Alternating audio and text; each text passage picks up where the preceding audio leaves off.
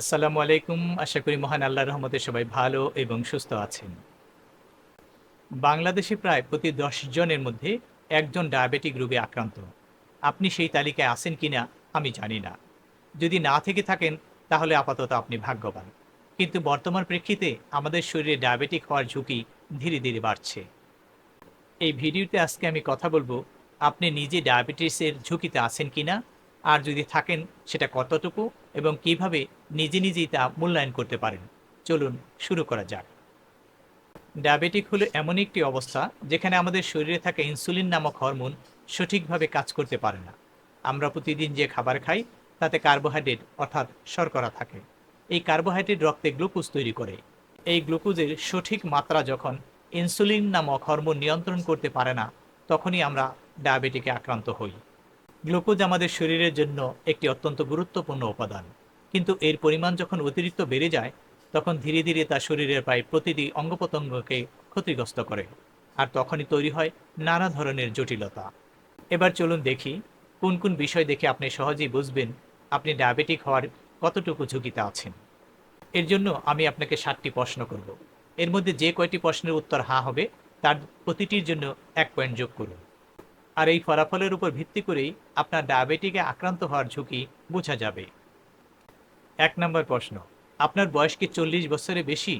উত্তর যদি হ্যাঁ হয় তাহলে 1 পয়েন্ট যোগ করুন। 2 নম্বর প্রশ্ন, আপনার ওজন কি আপনার উচ্চতার তুলনায় বেশি, অর্থাৎ বডি মাস ইন্ডেক্স যাকে আমরা বিএমআই বলি, তা কি 25-এর বেশি? যদি তা হয়ে থাকে তাহলে আবারও 1 পয়েন্ট যোগ করুন। 3 নম্বর প্রশ্ন, আপনার পরিবারের কারো কি ডায়াবেটিক রয়েছে, যেমন মা, বাবা, ভাই, বোন? যদি থাকে তাহলে আরও 1 পয়েন্ট যোগ করুন। 4 নম্বর প্রশ্ন, আপনি কি শারীরিকভাবে কম সক্রিয়? যদি উত্তর হ্যাঁ হয় তাহলে 1 পয়েন্ট যোগ করুন। 5 নম্বর প্রশ্ন হচ্ছে, আপনার কি উচ্চ রক্তচাপ আছে, বা আপনি কি উচ্চ রক্তচাপের জন্য ওষুধ খাচ্ছেন? উত্তর যদি হ্যাঁ হয় তাহলেও 1 পয়েন্ট যোগ করুন। 6 নম্বর প্রশ্ন হচ্ছে, আপনার কি মাঝে মধ্যে অতিরিক্ত তৃষ্ণা, ঘন ঘন প্রস্রাব বা অতিরিক্ত ক্ষুধা লাগে? উত্তর যদি হ্যাঁ হয় এবারও আর 1 পয়েন্ট যোগ করুন। সর্বশেষ 7 নম্বর প্রশ্ন, এই প্রশ্নটা শুধু নারীদের জন্য।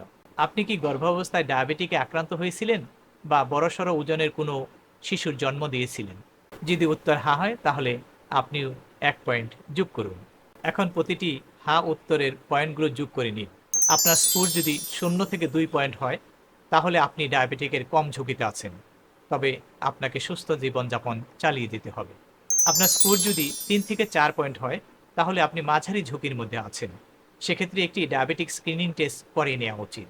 আপনার স্কোর যদি 5 পয়েন্ট বা তার বেশি হয় তাহলে আপনি উচ্চ ঝুঁকিতে আছেন, সেক্ষেত্রে অতি দ্রুত একজন চিকিৎসকের পরামর্শ নিয়ে রক্তের শর্করার পরিমাণ পরীক্ষা করে নেওয়াই যুক্তিযুক্ত।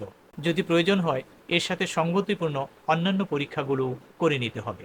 তবে ফলাফল যাই হোক না কেন, ভয়ের কিছুই নেই। জীবনযাপনের পদ্ধতিতে কিছু সহজ পরিবর্তন এনে আপনি এই ঝুঁকি অনেকটাই কমিয়ে আনতে পারেন। যেমন প্রতিদিন অন্তত 30 মিনিট হাঁটাহাঁটি বা ব্যায়াম করুন।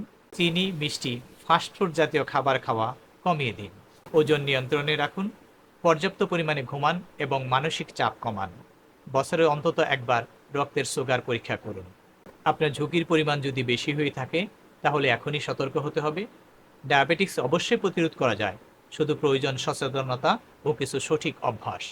ভিডিওটি ভালো লাগলে একটি লাইক দিন, প্রিয়জনের সঙ্গে শেয়ার করুন এবং আমার চ্যানেল থিঙ্ক হেলথ সাবস্ক্রাইব করুন। ইনশাল্লাহ দেখা হবে আগামী কোনো পর্বে। সে পর্যন্ত মহান আল্লাহ সবাইকে ভালো এবং সুস্থ রাখুন। আল্লাহ হাফিজ।